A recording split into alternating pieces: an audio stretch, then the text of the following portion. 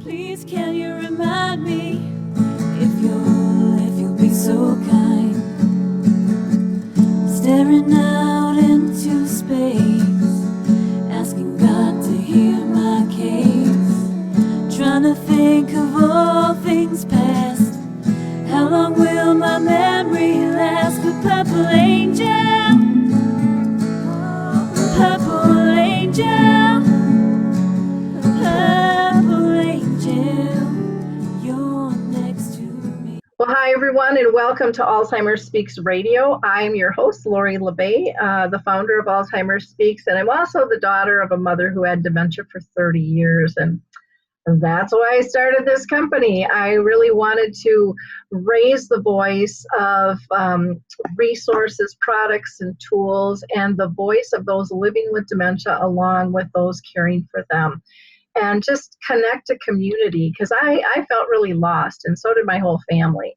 And so this has really been a fun venture for me, getting to meet people all around the world and hearing all of the cool things that are happening. And so I wanna thank you for being part of our community. Today, I think you will really enjoy the show, and I think you'll probably want to share this information with other people too. Our guest is a phenomenal speaker and advocate, and I will introduce him shortly as he waits patiently in the wings there. I always like to tell new people to our show a little bit about Alzheimer's Speaks. And basically, we're an advocacy-based company providing multiple platforms to shift our dementia care from crisis to comfort around the world. We also help companies expand their brand footprint by leveraging our content and our community to help get the word out of what their work is and how they can help you. So don't worry, we're not going to share your emails or any of that kind of stuff, but it's just nice to be able to put a face with a voice and a product and a service or a tool out there. I know that I personally find that really helpful. I also want to thank all of our listeners. Because of your loyalty and your time commitment to us, you have elevated Alzheimer's Speaks way beyond what I ever thought we would be. Due to your likes, your clicks, and your shares, you've gotten us recognized by Oprah as a health hero this year, Maria Shriver as Architect of Change, and Dr. Oz as the #1 influencer online for Alzheimer's. And I'm telling you, that wouldn't have happened without you. So all of those accolades, get passed on to you, because I truly believe we're a team. And I'd love to hear from you, because I know each of you has a story to tell. That's why you're here. We're all connected. And so today we're going to have a really, I think, fun and interesting conversation about the morals and ethics and the challenges of living with dementia, from prior to diagnosis all the way to death, because there's so many things that spin around in our head. And so we are really lucky to have Dr. Stephen G. Post with us, and he is the author of a book called The Moral Challenge of Alzheimer's Disease: Ethical Issues from Diagnosis to Dying. And it's with Johns Hopkins Press, and it's in its 2nd edition. He has worked with individuals and families that have grappled with the challenges of what he calls deep forgetfulness since 1993. So the guy's not a newbie to this topic, and he has a really good handle. He's spoken in more than 150 Alzheimer's Association chapters across the U.S. and Canada. He has addressed more than 100 venues across Europe and Asia as well, with his message of love for the deeply forgetful.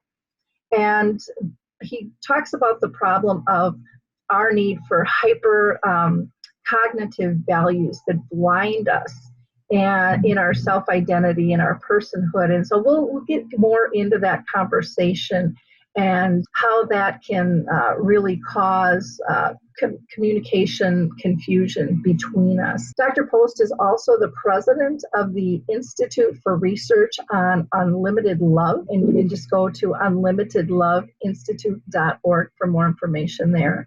And he's also the founder of the Center for Medical Humanities, Compassionate Care, and Bioethics at Stony Brook University School of Medicine. And last I have to mention is he is also a best-selling author for the book, Why Good Things Happen to Good People. So like I said, we're going to have a great conversation, and I'm so thrilled that you're able to take the time to be with us today, Dr. Post. Thank you, Lori. It's an honor. Well, I think it's like I said, I always find these conversations enlightening, and they always stir my mind. And so I'm really excited to talk. Now, you talk about the term deeply forgetful people, and let's go down that one first, because you've got another word too that I want to kind of dissect.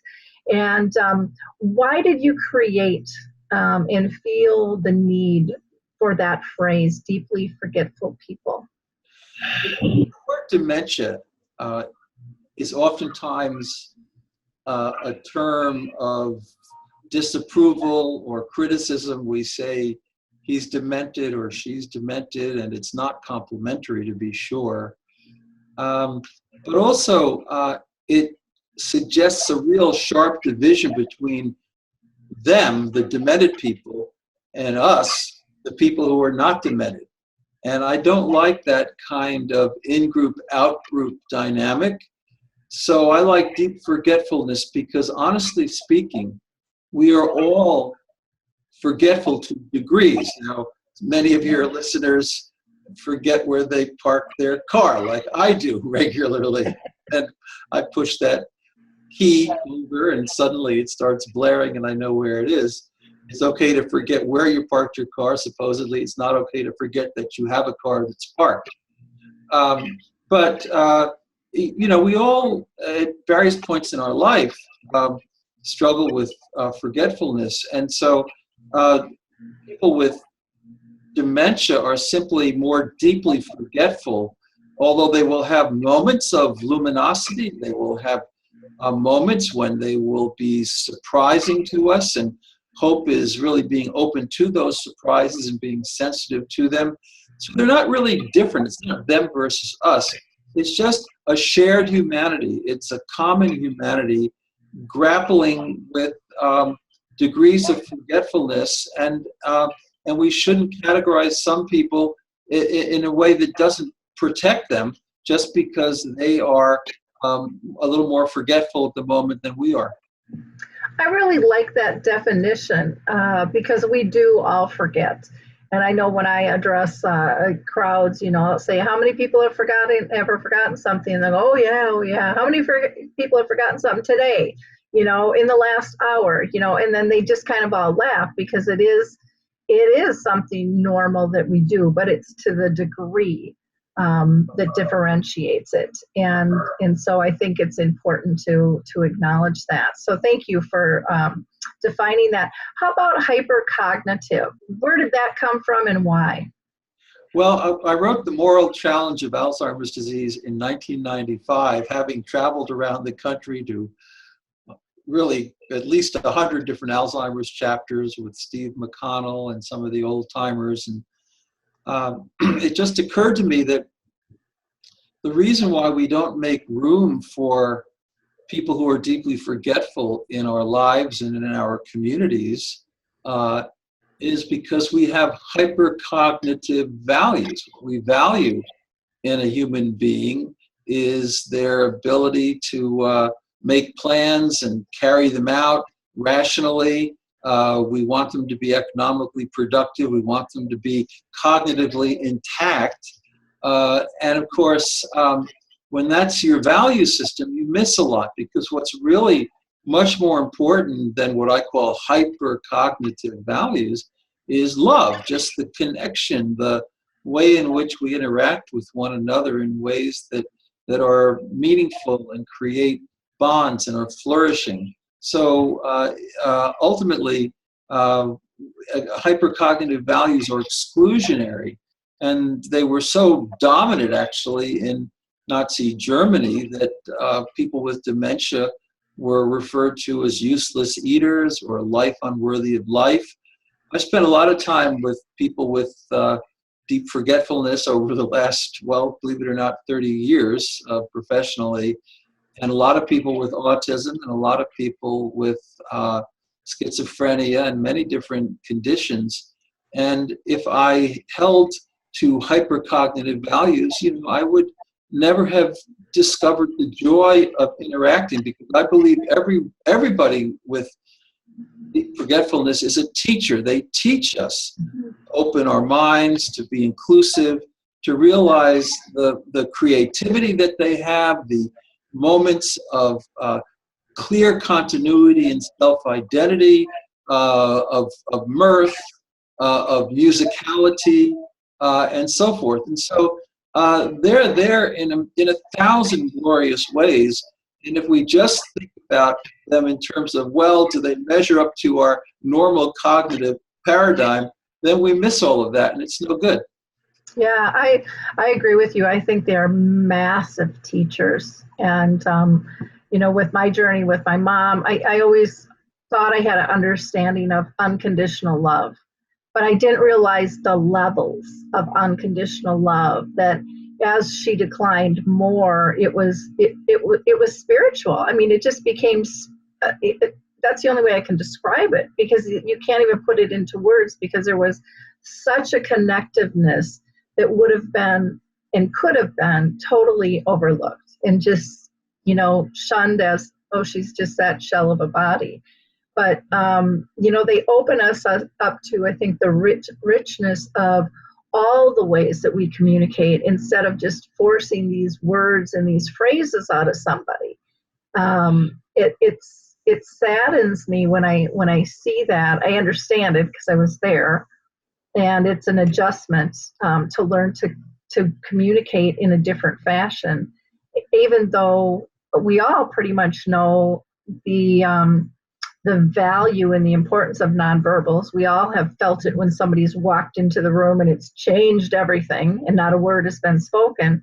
And yet when we're dealing with somebody with dementia, that seems to go out the window. And you're right, it's remembering, and it's being precise, and it's remembering the story the exact same way that I remembered it. Yet any policeman will tell you everyone's story is different. So I love that you've coined that phrase and are really pointing to other values and riches. Right, and there are whole cultures where hypercognitive values don't dominate. Mm-hmm. So, for example, in Asian cultures, typically in China, people who have quote unquote dementia, they actually don't use the word there. Grandma or grandpa are still there. They're still a part of the family. You still want to just be open-minded about these wonderful moments when their presence will be felt and expressed in all kinds of different ways. And so we need to just think very broadly. I'm very fond of pioneers like Jean Vanier, who founded L'Arche, for example, where people really emphasize love as the core human value and the core connective tissue. And we're not simply evaluating one another in terms of how sharp we are intellectually. Mm-hmm. Philosophers bother me because they say that if you don't have procedural rationality, and if you don't lay out plans into the future and operationalize them, somehow you're not a person in the full sense. You're a non-person. And as soon as you're a non-person, somehow you become vulnerable, and that's a real problem. Yeah. Well, I know for myself, I have a conflict a lot of times just with medical models or academia models, because it's from A to B to C to D. And I've just found that you have to be fluid, in life, and with people with dementia, it reduces stress on everybody's part. It opens your mind to learning different ways and looking for different things, and really having the goal at hand versus the process to the goal. Yeah, so I'm not a big fan of stage theories. Because the bottom line is, if you've seen one case of deep forgetfulness, you've seen one case. Mm-hmm. Actually, now more and more professionals are speaking about the so-called Alzheimer's spectrum, a little bit more like autism, which is to say that there's no great generalization that you can make. I've known many cases where people who you might have thought were long since, quote unquote, gone, came back. That's why music and memory is so inspiring around the country. You know, you may see several minutes when someone is more aware of who they are, and then they'll fade. But to the caregivers, it's a eureka moment, because they realize, no, I'm not caring for a shell, a husk, etc. But you know, grandma is still there underneath it all. And so I'm always wanting to communicate with people and look for little signs that they're trying to convey to me. And if I just think, well, this is a intractable progression from point A to point B to point C, I miss all of the richness of the individual experience. Yeah. What do you think about the word behavior? Because that's one I want to toss out the door. And, you know, I personally think that we need to look at them like signals and clues as to why they're reacting the way they are. But that seems to be an issue. You know, it doesn't fit in this mold, so we're going to call it a behavior. And that's used a lot in the world of dementia. Oh, I think that you're quite right, that so often agitation and a whole variety of quote-unquote behaviors are really ways of communicating various things that we are simply not quite aware of. There's a wonderful psychologist at Georgetown named Stephen Sabat who's written a lot about this. So the challenge is to really learn the art of communication with these individuals and to see everything they're engaging in as a part of a larger communicative effort. I remember once I was out in St. Louis, Missouri, at an art program for people who were deeply forgetful, and there was an old gentleman who kept drawing the same line in the middle of a picture. We would ask him, Jim, what does that mean? How are you? How are your kids? He couldn't respond much, but then one day, surprisingly, he said, this is a map so my daughter can get to my house. And you know, in people with dementia, and the psychiatric literature is very clear about this, there's all kinds of examples of so-called terminal lucidity, people who somehow, you know, say thoughtful things in their last hours. There are many ways in which we need to be open to surprises, and that's what I like to think of in terms of hope. What is hope among the deeply forgetful? Well, it's being open to surprises and never being closed-minded about what might actually happen. Yeah, those are such big gifts when they happen too. I mean, just so touching and so ingrained in you, in your humanity. I mean, that you'll never ever forget those moments. I mean, they can be really small, they can be really funny, they can be really short, but they're always profound, and they bring us back into the reality that you don't really know what's going on with me in here.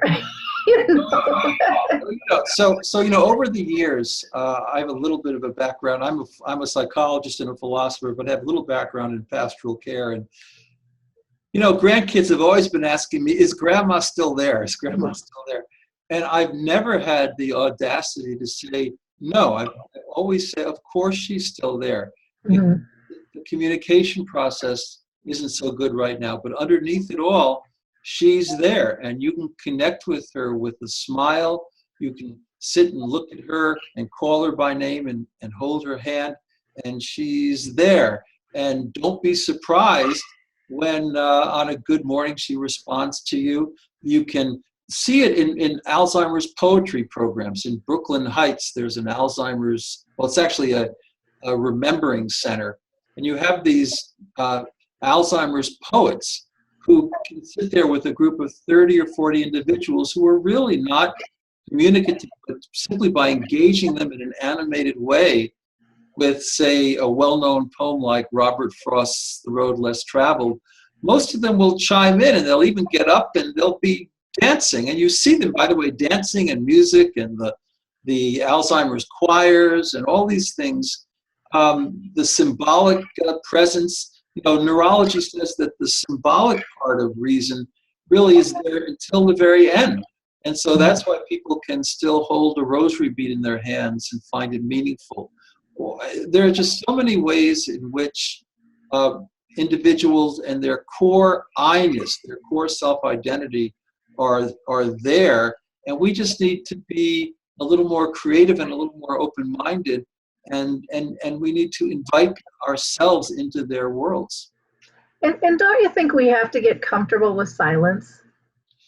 To me, it's always this, you got to have a response, and we don't give anybody even time to respond, and we're so uncomfortable with quiet.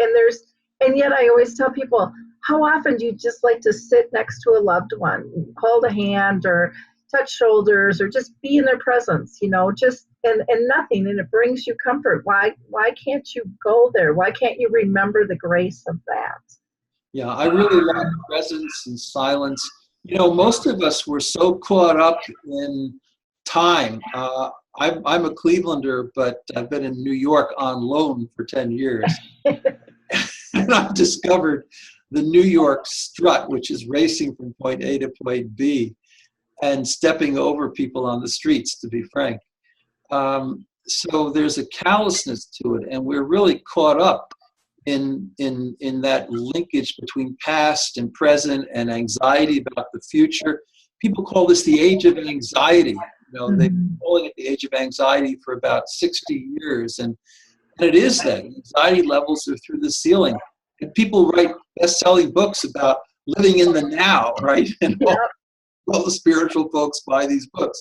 Well, actually, if you want to live in the now, if you want to get free of temporal stress, and just live in the now, one of the best things you can do is hang out with somebody who's deeply forgetful, because you really don't have a choice. And I'm all for that. So there is something very peaceful and almost meditational, but it's difficult for people to recognize that they don't have to be caught up in doing.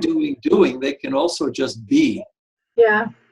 I always said with my mom, she was like the safest place for me to go, because she didn't judge. She didn't have that need to judge. She just was accepting of whoever. And when you were talking about the grandkids and, is grandma still there? I'll remember more than once where we would have a big get together, and the little kids were playing under the table like they do. And my mom would be napping, she's just too tired.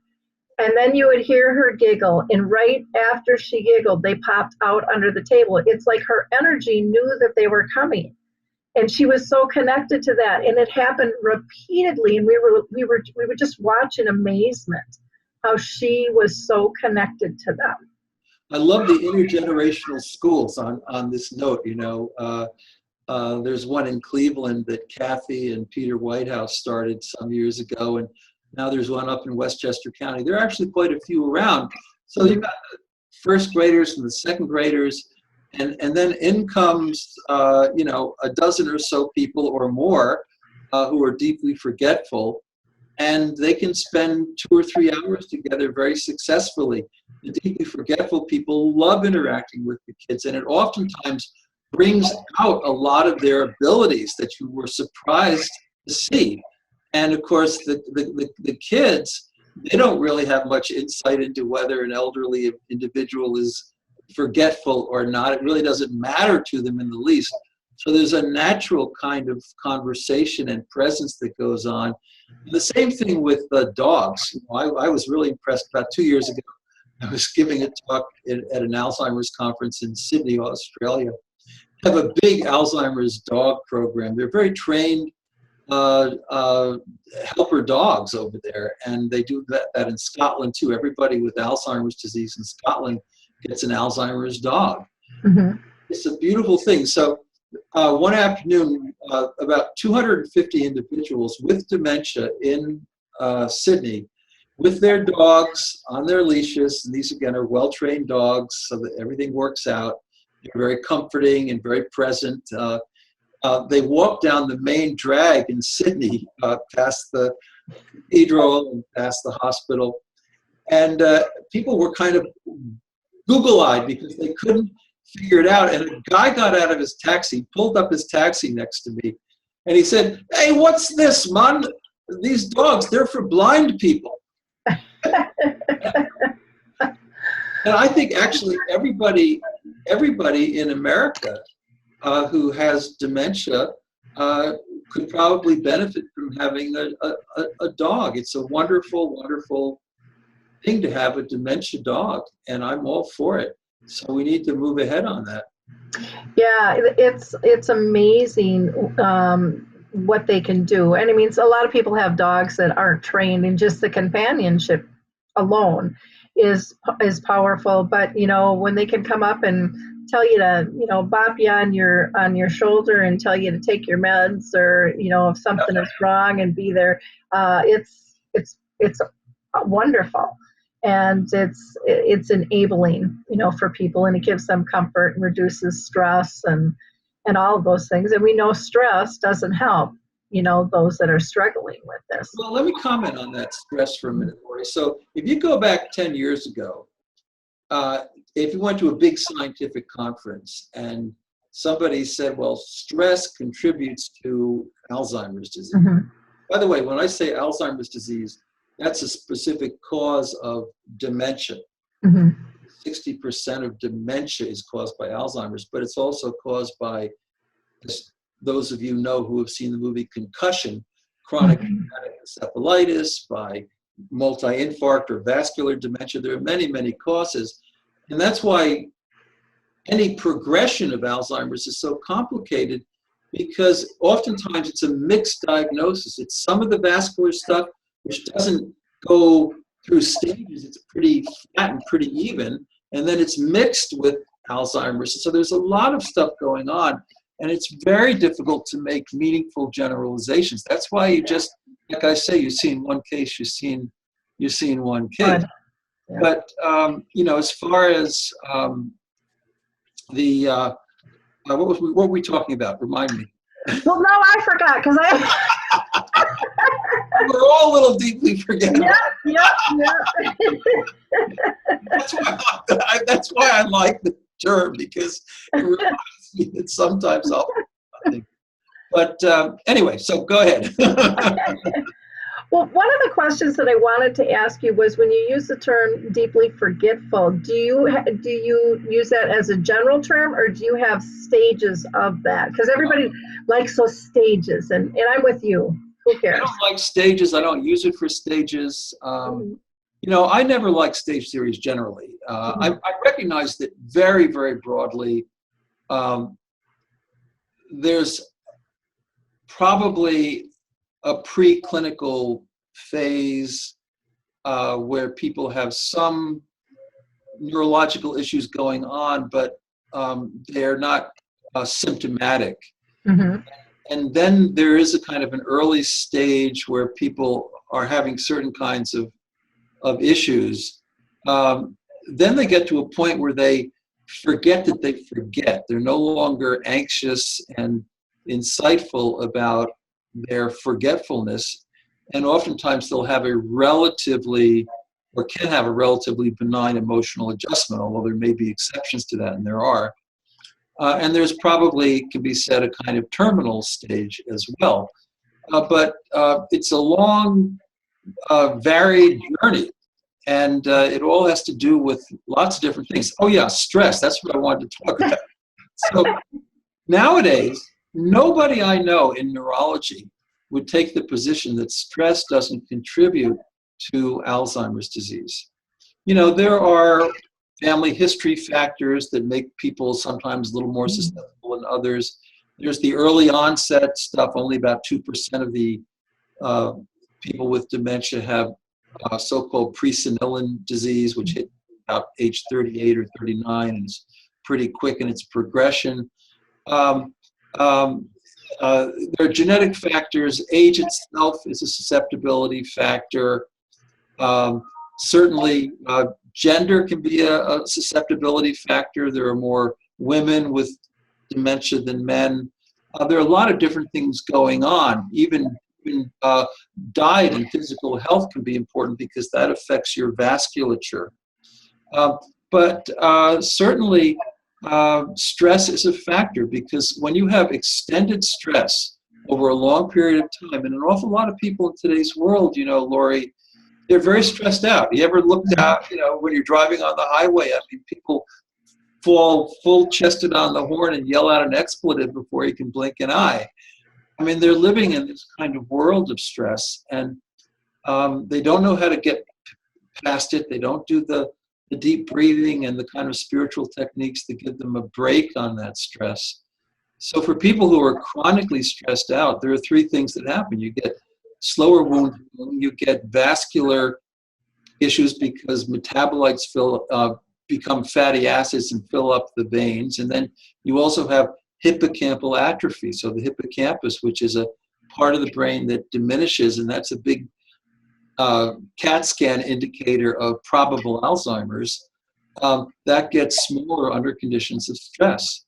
And so there's no question in most people's mind now that to some degree, Alzheimer's is stress related. I don't want to overstate it, but the other studies that are exciting is that the strongest protective factor for older adults with regard to retaining their memory is a sense of purpose. You've probably heard that.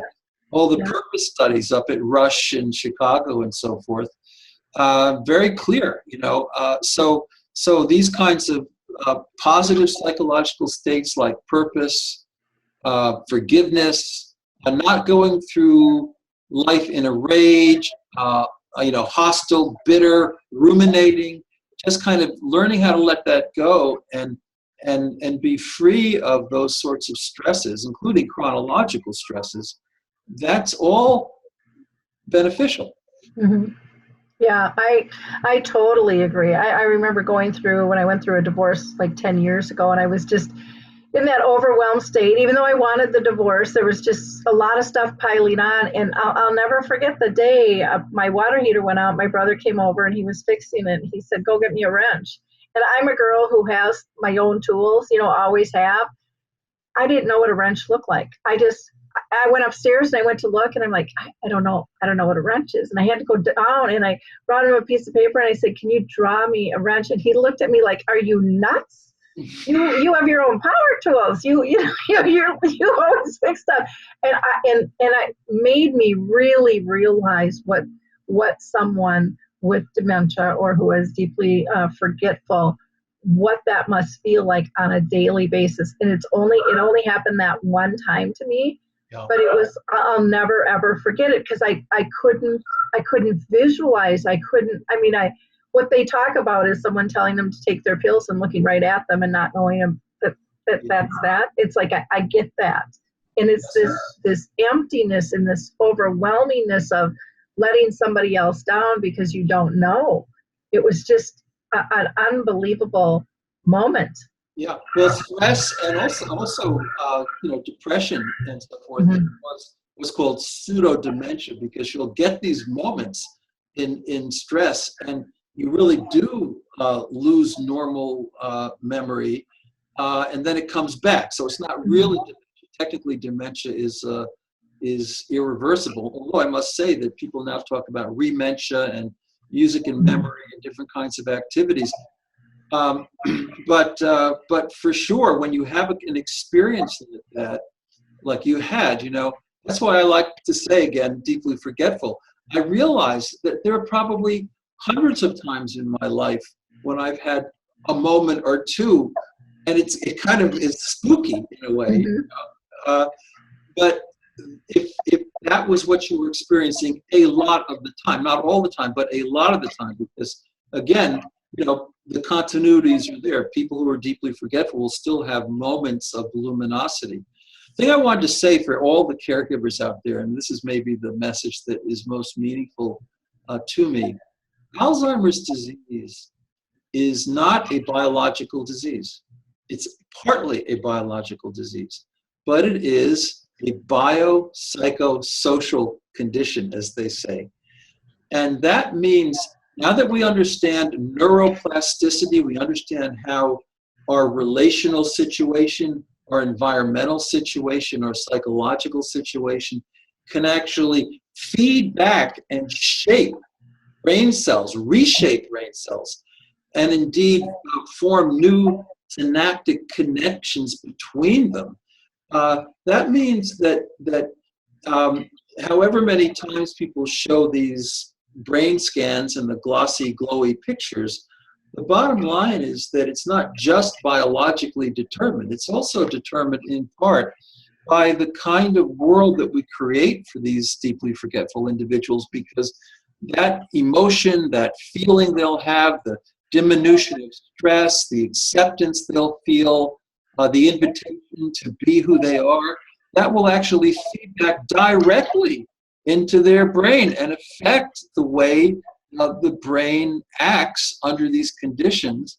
So it is we don't take the word bio-psychosocial seriously enough. You know, the medical model, of course, is all bio. So we want to throw a cholinesterase inhibitor at these folks and do these kinds of things. I'm not going to get into that.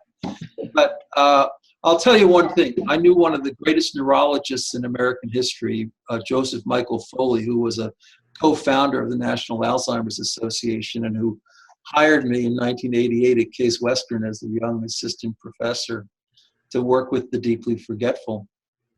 And you know, Joe once, when they were doing some of the early research on these so-called cholinesterase inhibitors, he said in a panel that on a scale of 1 to 10, if a good drug is 10, let's say insulin for the treatment of diabetes, you know, what we have for Alzheimer's is probably a 1, if that.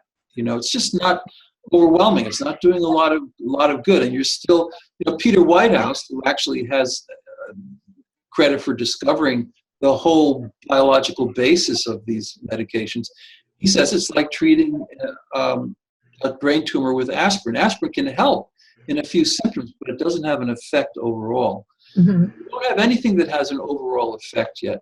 And if you take something like music and memory, where people actually sort of come back temporarily into who they are and they get rhythmic and they can converse a little bit and salute the flag and whatever it is, you know, that's probably a 7 on a scale of 1 to 10. That's probably a 7. And so what we've done is we've forgotten just how much our interactions, the ways in which we support the deeply forgetful actually is part of the process and will affect progression to some degree. Well, I could talk with you all day because I'm so in sync with what you're saying. And it's nice to see that there are more social programs coming into play and the creativity, because I think that's one of the things sometimes when we get sucked into a box of this is the way it must be, we lose our creativity. And you see, you know, like you talked about, you know, the singing voice choirs and the music and the arts and the poetry and the if it's knitting or painting or whatever, we're losing that creativeness. And people, I think, so often say, well, you know, they can't do that. They can't do that. Well, we're not allowing them to do that. Have you ever heard of Humanitides? Yeah. Because they do some cool stuff in terms of getting people, you know, back into thinking and believing that they can do some things that others have told them for years they can't. I think of dementia along the lines of a disability model, right? Mm-hmm. These are people who are differently abled. That's all it is. They are differently abled. And if you get really good with them and if you can connect with them, you can do reasonably well. Of course, there are always going to be challenges, and I don't want to understate those challenges. They can be very logistically precarious, you know, and you can run into all kinds of difficulties. But in general, deeply forgetful people have a kind of presence about them that I find to be almost beautiful and luminous. So my wife, Mitsuko, is from Kyoto, Japan, which is the center of Zen Buddhism in Japan. You know, they have all these big Buddhist temples. And in Japan, they think of dementia differently. So there's this wonderful book that a caregiver wrote, a woman who was the daughter-in-law, and she was writing it about her father-in-law, because it's a patriarchal system, so she's going to be the one taking care of her husband's dad. Mhm. And, he's got pretty severe dementia, and he defecates on the tatami mat, the straw mats. Now, if I even set the corner of my shoe on the tatami mat, I'm in trouble for a week, right? Because that's got to be clean all the time. So the caregiver is on her knees, and she's scrubbing this tatami mat, and she's really frustrated. She's in tears. She's cursing. Then she looks up, and she sees her father-in-law. And there he is. The sun is shining through the open window, and he's just in the pure present. He's not stressed at all. He's just there in the moment. And the image is meant to kind of evoke this sense that somehow, because he's free of chronology, free of time, that he's found a place, a space in the universe that's kind of special. And 3 years ago, I was invited to Bangalore in India, which is a wonderful place. If you've been there, anyone to India, it's great, good airport. And I was invited to run a conference at the Indian Institute for Advanced Studies. So all these incredible neurologists and Alzheimer's folks from that part of the world were there. And I gave a talk about the value of deeply forgetful people and what we learn from them. And that there's a different kind of rationality than just being able to think in a forward way. There's the symbolic rationality where we can connect with certain symbols and voices and things in our environment that are sort of part of who we are. And we need to emphasize that. And I said that what's really important isn't so much reason, that's a Western thing, but what's really important is just consciousness, being. And so at that point, His Holiness, the Dalai Lama, and Richard Gere walked in because they hang out there occasionally. It was completely unexpected. And I was giving this talk, and His Holiness quietly sat down, and he listened, and then he stood up and he put his hand down on the table, and he said, yes, there is no reason to think that your consciousness, because you are not forgetful, is of any greater value than the consciousness of those who are more forgetful than you are. End of story. Wow. That is neat. I also like the word that you used, or the phrase, differently abled instead of disabled. That's just so powerful too. Do you know that there are people with diagnoses of Alzheimer's disease who are the psychiatrists use the term disinhibited. So I've known people with Alzheimer's disease who had no artistic gifts that anybody was aware of. Okay? They get demented and suddenly they turn out to be pretty decent artists. I mean, there are actual case histories of this that have been written. And I knew a fellow in Cleveland, because I spent many years in Cleveland working with this population. There was a fellow who'd been known around Shaker Heights as a pretty nasty guy. I mean, he was really rough on the edges. He becomes demented, and suddenly he's altruistic. And every morning he's riding shotgun in the van, and he's going knocking on doors, and he's cordially and gently helping people with dementia into the van and bringing them to that Foley Elder Health Care Center for their art programs. It's really quite interesting. The great artist Willem de Kooning was a very anxious guy. He had a lot of fist fights in front of bars in Greenwich Village. He gets diagnosed with dementia. His work is so intense and so anxious and so difficult to even look at. And suddenly he's painting peacefully.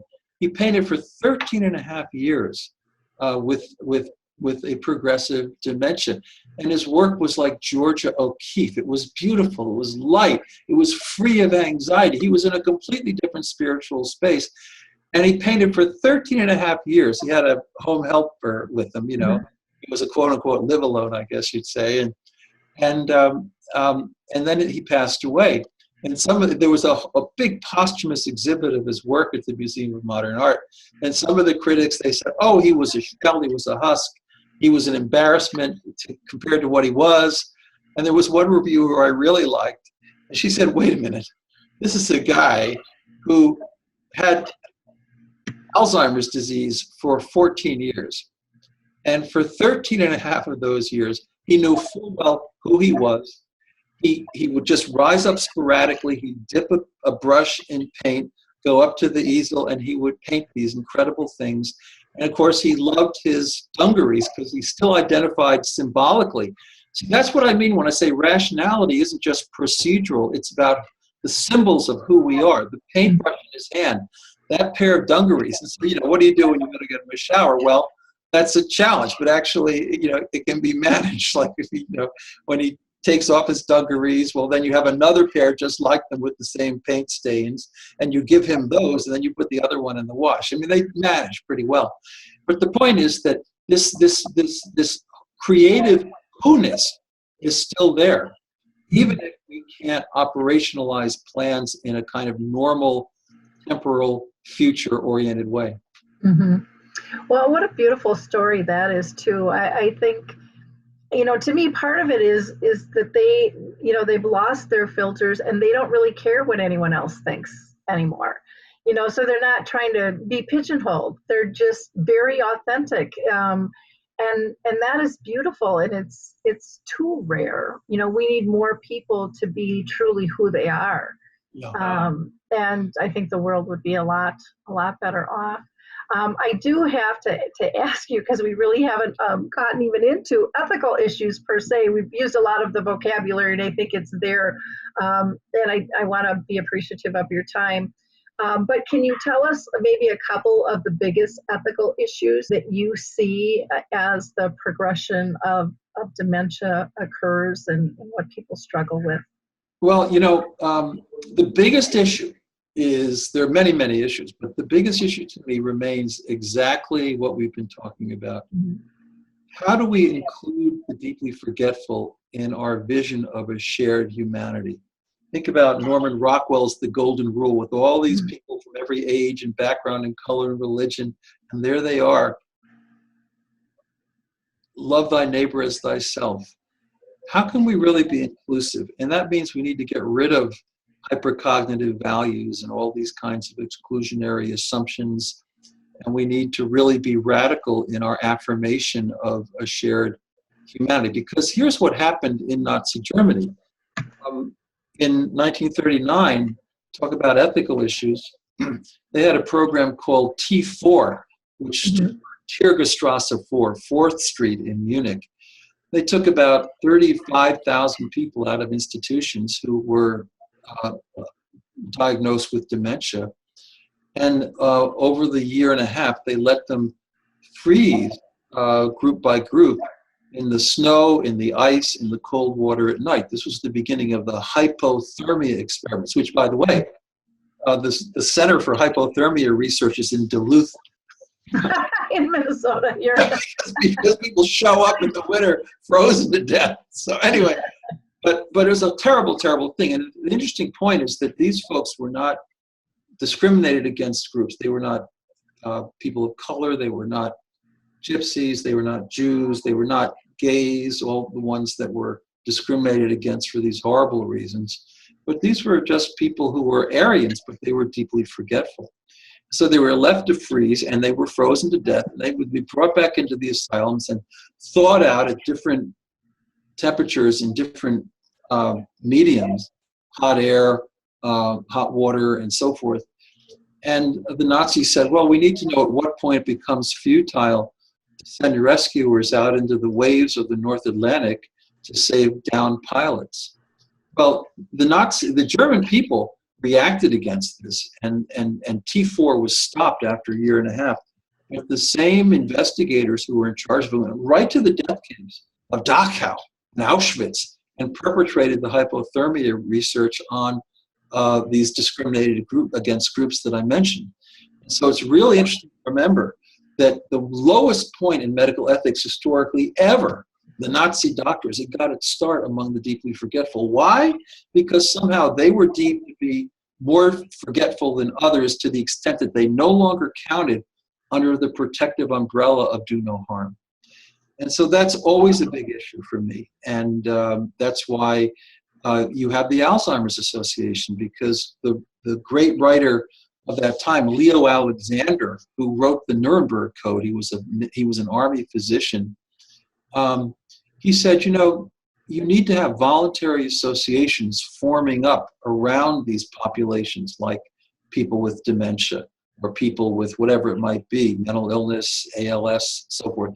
You need to have voluntary associations to speak on their behalf, to advocate for them, to defend them, because otherwise they are so incredibly vulnerable. And that's why I have devoted pretty much 30 years of my life to this population, and oftentimes to Alzheimer's chapters, because I really think that's correct. I mean, this world is not a pretty place. The world's been burning since the world's been turning, Billy Joe. But the other things are, in Canada right now, in Quebec, there's a big movement toward preemptive assisted suicide. And that happens in the Netherlands, by the way, with about 5% of people who are diagnosed while they're still capable. They sit down Oregon style. I'm a Reed College guy, so I know a little bit about Oregon, with their milkshake full of 40 Sequinols and by the fireplace, and everybody's gathered around and they call it quits. I don't espouse that kind of thing, but don't get me wrong.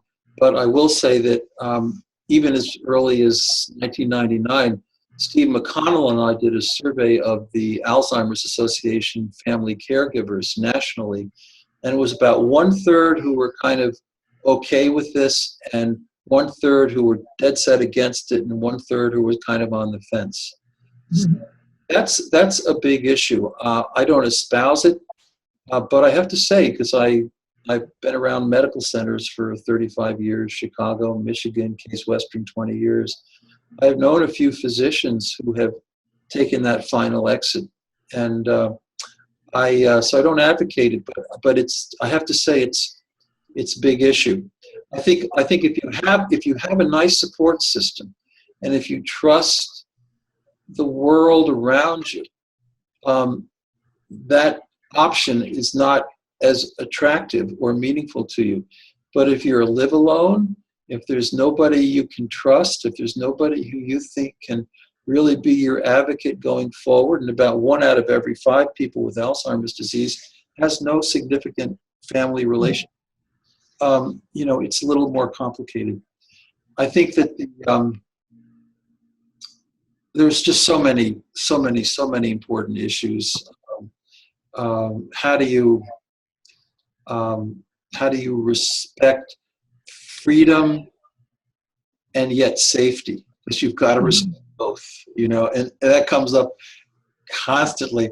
I knew a guy in Cleveland Heights named Leo, and he happened to be originally from Brooklyn.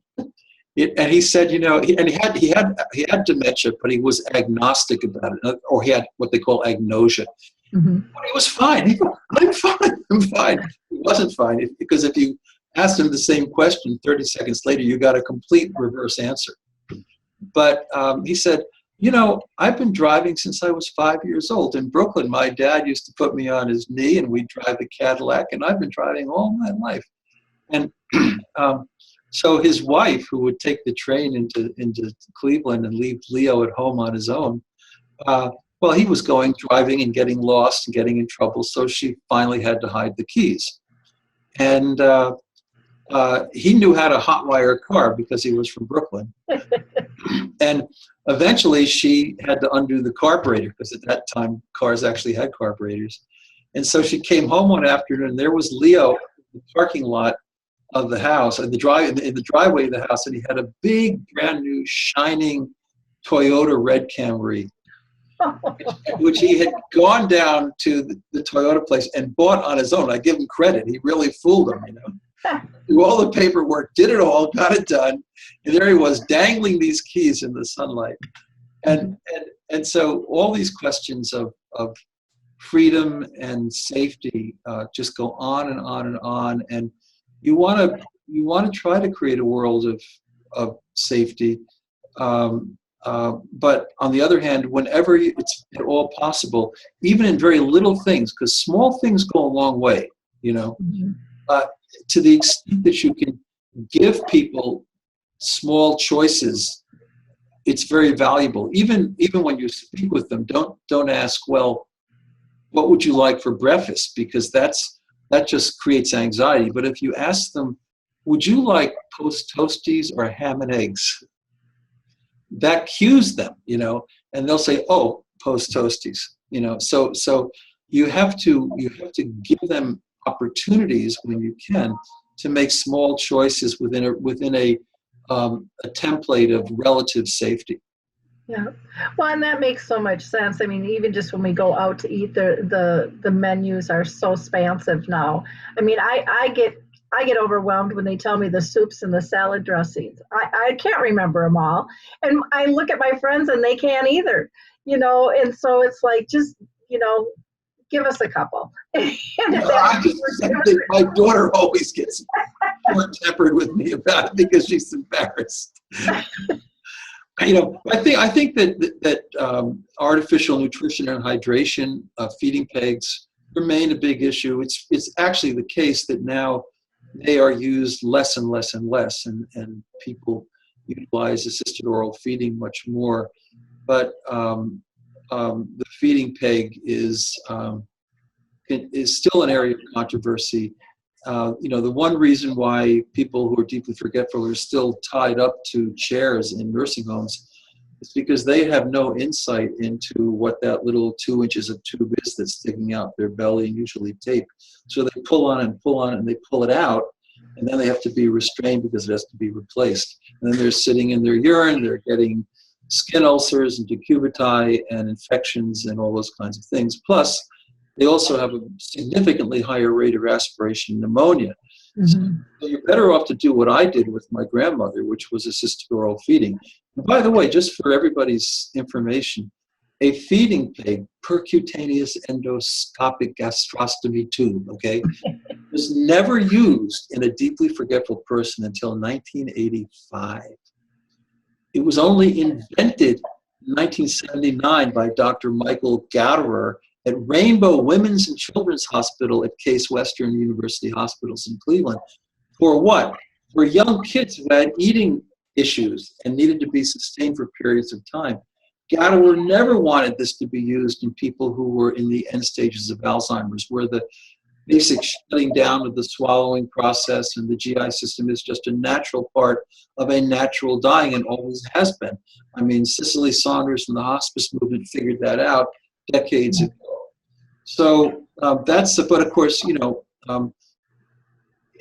sometimes we attach a lot of symbolic value, and I understand it, to providing water and food and so forth. That's part of our being a common humanity. So I acknowledge the nuances and the complexity of it. But on the other hand, I think that in general, you don't want to impose that sort of technology on people with Alzheimer's. Another big question too is, what do you do about comorbid conditions? What about somebody who has a really fancy pacemaker? You have to study cardiology now to realize how complicated treatment for heart failure can be. I mean, people have every kind of contraption and wire and tube going around their backs and every place under the sun. And it's very high maintenance. It's very discomforting at times. And the question is, well, okay, so someone's gotten to a point of very severe dementia. Do you really want to continue that? Because a lot of the things that you're doing to sustain them are not perceived subjectively as beneficial or kind. You know they are, because that's helping them to live. But for them, as I've seen it, sometimes it's on a range between assault and torture. I say the same thing about some research. I was involved in 1990 in the Tacrin research at Case Western, and that was a drug that had a lot of liver toxicity. So people who were deeply forgetful had to come into the research center every 2 weeks, and they had to get a big blood draw to figure out what their liver toxicity levels were, and if they had high toxicity, they had to go off the study. Well, the National Institute of Health defines minimal risk as, okay, a needle in the arm is just sort of ordinary risk. It's not high risk. It's okay. Mm-hmm. Objectively, but subjectively, if you've got dementia and you see that butterfly needle coming to your arm, you don't know what's going on. And I've seen people flail and scream and yell and dissent. And even still, honestly speaking, and I'm not being happy about this, you'd say, well, let's give them a rest, give them a few minutes, and then we'll kind of bear down and do it anyway. And that's what happened. Mm-hmm. But you have to realize that some of these technologies, now, treating diabetes, it's not overly complicated in the sense of being extremely interventionist, but even something like that can be surprisingly burdensome for someone who's deeply forgetful. So we have to kind of think a lot about how our attitudes towards these underlying conditions that may have been around for years, even before, the actual onset of dementia, how we want to think about them. Yeah, it's so important for people to have these discussions and talk about healthcare directives and understand the difference, what hospice is and isn't, and in palliative care. And I remember. Another big, huge issue, Lori, just because you mentioned it, palliative care. So up until 1999, as you know, nobody thought that people with dementia were experiencing underlying pain, for example, from arthritis or whatever. So if someone was in a nursing home or in a hospital screaming out loud and everybody could hear it and were alarmed by it, we would say, well, it's just the dementia. They've got Alzheimer's disease. But then in 1999, thanks to Greg Sachs and his work at the University of Chicago, we decided that, they actually have lots of pain, just like most older adults have chronic pain. And suddenly, we started treating it effectively, and people developed the pain AD scale, a pain scale which you can use very easily in just a couple of minutes by observation for people with Alzheimer's disease. So now we use palliative care for them. But it wasn't until, it's not long ago, that's less than 20 years ago, that we figured out, hey, wait a minute, these people can experience pain, and it's not their dementia making them act in these crazy ways. They actually have pain, and we can do something about it. Yeah, it's their reaction that we need to read into as a signal of what truly is going on, and us being more responsible and more caring and taking that time to really look at what's happening. I remember when my dad was dying, he had pneumonia, and everybody wanted to give him the pneumonia shot, and I said no, and my whole family was just shocked. And I said, it's not going to bring Dad back, but everybody thinks that it's going to fix the inevitable, and it's not. And finally, everybody agreed, after hospice talked and said, she's right. Because I said, please tell me if I'm wrong, but that's my understanding. And so many times we're just not ready to let go. And we have to decide, is this about us or them? And how do we do this graciously together? Yeah, you make a great point, Lori, and so beautifully stated. Antibiotics, that's another thing. If someone has a urinary tract infection and they're experiencing a lot of pain from it, antibiotics make some sense. If someone has repeated pneumonia, after they've had a couple of bouts of this anyway, antibiotics are not going to do much, if anything. They're very limited in their effects. And it's probably a good sign that the end time has come.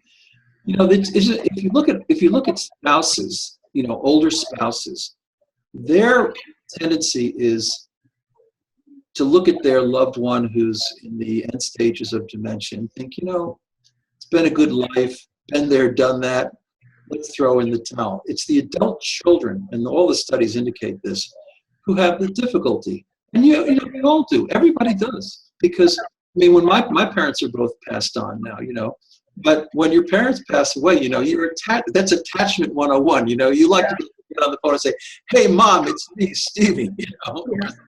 But when you can't do that, the world changes. Somehow it's like the roof got blown off your house and you're just looking up at the cold stars.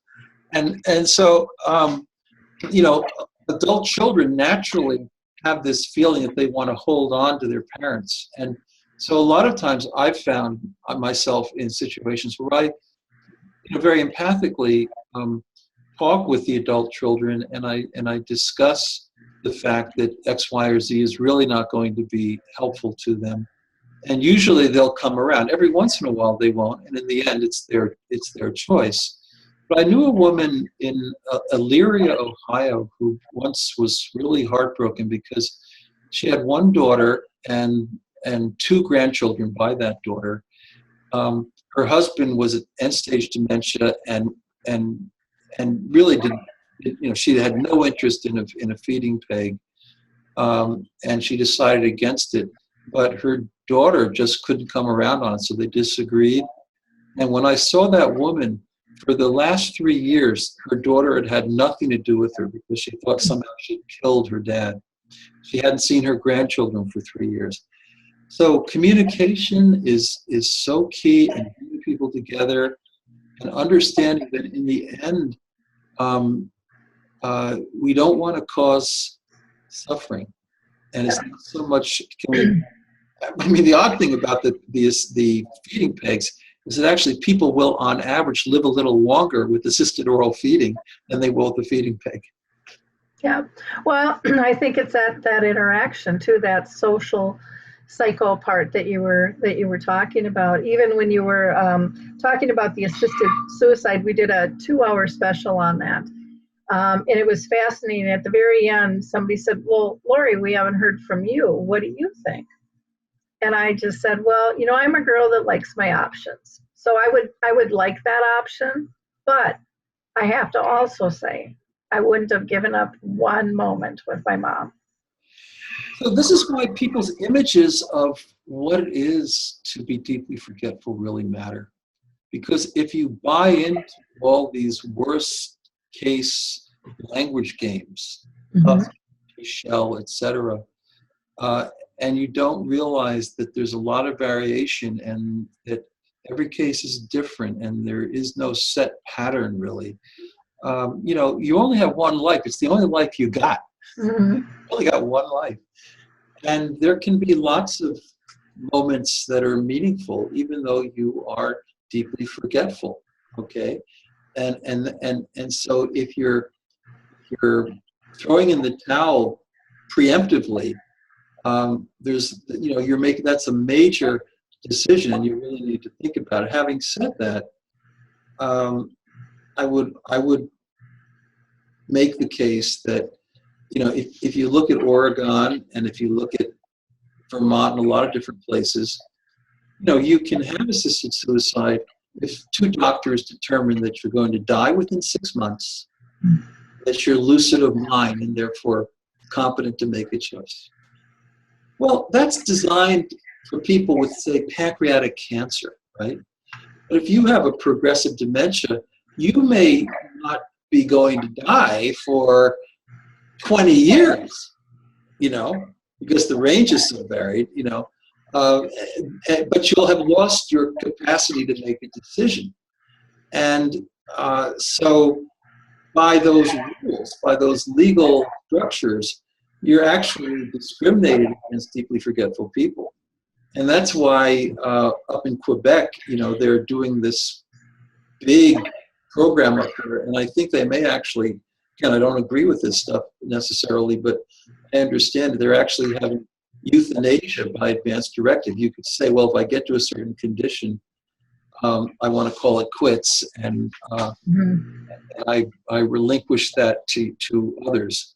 But it's a very challenging thing. When I was at Case Western, we had, this will make you laugh, this is 1989, we had a opening for a professorship in medical ethics at the medical school. And we got an application from Dr. Kevorkian, who was up north, he was up in Michigan. And his first subject, Janet Atkins, was someone with Alzheimer's disease. And she'd gone up to the University of Washington and been on an early Tacron study, did nothing for her.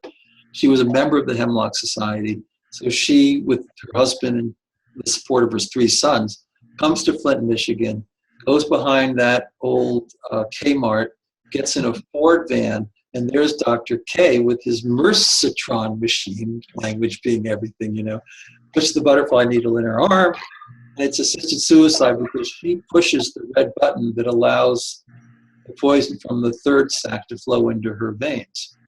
Now, actually, assisted suicide was not legal, but the laws were unclear up until that time. They were later clarified, and Dr. Kevorkian got in a lot of trouble. But he applied, and I never felt in my heart that I wanted to blame Janet Atkins. Okay, I'm not going to run around and say, "Oh, this is completely off the chart," and I don't get it, because if you go back even to the ancient Roman Stoics like Seneca, they all said we don't like suicide. But if you're old and you're facing a very difficult situation, lived a good life, that's more justifiable than, say, doning an adolescent who jumps off the roof of NYU, which happened in the epidemic about 10 years ago. So, it's a complicated issue, and it's going to be more and more real. But most of the places currently, other than the Netherlands, just rule out the option for deeply forgetful people who are not yet deeply forgetful, but they see it coming. It's complicated.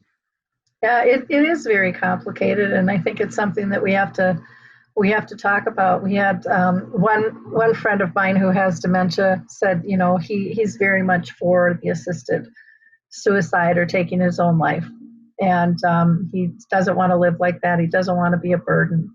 And I said, well, what about your family? And he said, I've talked to my wife. And I said, well, what about your daughter? And he says, I'm still the father. And I said, but you are taking an opportunity for her to care and learn and love you on a level. And I'm just saying, maybe you want to talk to her about that. Thank you. Because to me, the whole deal is the silver lining of accepting deeply forgetful people into our lives. And that's what happened to me as a relatively young guy with my grandmother, who, by the way, she liked M&M's chocolate-covered peanuts, and she would have them in a bowl, right? And she would suck the candy off and suck the chocolate off, but she didn't like the nuts anymore. They were hard on her teeth. So she put them all back in the bowl, and I would convince you to be the bowl. And I must say, I never indulged. I wasn't that accepting. But you learn to accept the forgetfulness. And, there are so many different conditions in human experience, human illness, whether it's amnesia, whatever it might be. Forgetfulness is very real and very significant in human experience. And so if we decide that because we're forgetful, we don't matter, it's not a good thing. Mm-hmm. Yeah, one of I think the biggest lessons that I learned through the journey with my mom, because there were times I was frustrated, and I didn't know what to do, and all those things that happen when you're caring for somebody else. But when I learned to ask myself a simple question, it made it all better, and I always got the answer. And the question was, what's the lesson? Yeah. And I realized that applies to all of my life. And it reduces the stress, and it gets you actively looking for the answer instead of worrying about the problem. And I can't thank my mom enough for her journey that she shared with me. Absolutely. It's just, we just have to get back to being human and being compassionate and like you said earlier, being and realizing that none of us are perfect.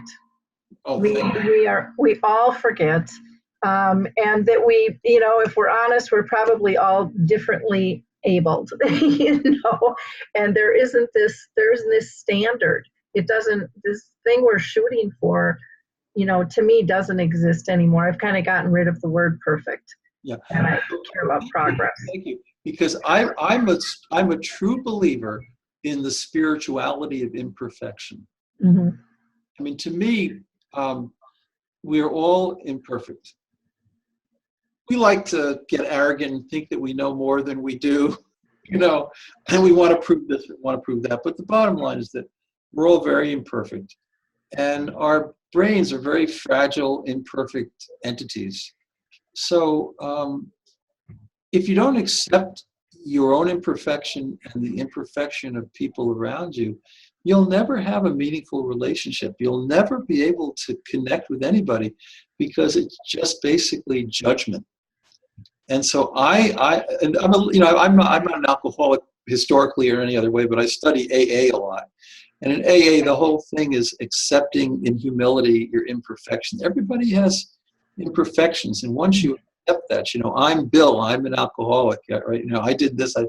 Not that you have to harp on those things, but we have to accept imperfection, and this idea that somehow we have to have perfect memories and perfect minds and perfect functionality to count, to have any kind of, this is a horrifying story, but I will tell it to you. It's a little bit difficult, but about 12 years ago, I was called by some people to go to a town which will be unmentioned in Connecticut, because there was a Muslim woman who had been married for many years.